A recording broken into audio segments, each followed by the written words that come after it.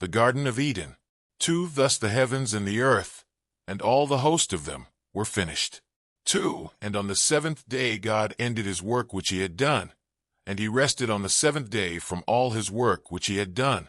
3. Then God blessed the seventh day and sanctified it, because in it he rested from all his work which God had created and made.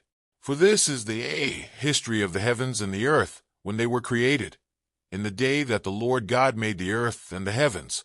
5. Before any plant of the field was in the earth, and before any herb of the field had grown. For the Lord God had not caused it to rain on the earth, and there was no man to till the ground. 6. But a mist went up from the earth, and watered the whole face of the ground. 7. And the Lord God formed man of the dust of the ground, and breathed into his nostrils the breath of life, and man became a living being. Life in God's garden. 8. The Lord God planted a garden eastward in Eden, and there he put the man whom he had formed.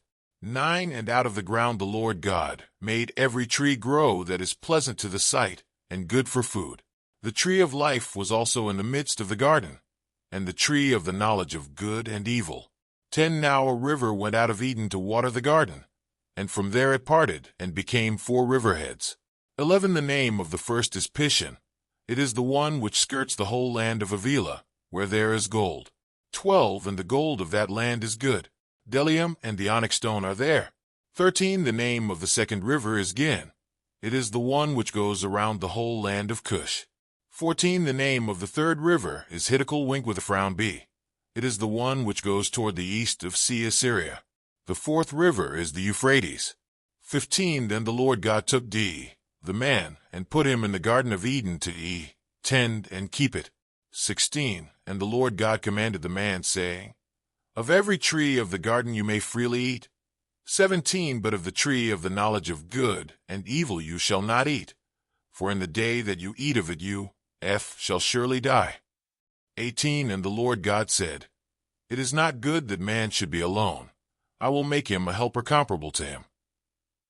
19. Out of the ground the Lord God formed every beast of the field, and every bird of the air, and brought them to Adam to see what he would call them. And whatever Adam called each living creature, that was its name. 20. So Adam gave names to all cattle, to the birds of the air, and to every beast of the field. But for Adam there was not found a helper comparable to him. 21. And the Lord God caused a deep sleep to fall on Adam, and he slept.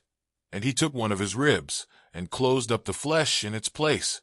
22. Then the rib, which the Lord God had taken from man, he made into a woman, and he brought her to the man. 23. And Adam said, This is now bone of my bones, and flesh of my flesh. She shall be called woman, because she was taken out of man. 24. Therefore a man shall leave his father and mother, and be joined to his wife, and they shall become one flesh. 25. And they were both naked, the man and his wife, and were not ashamed.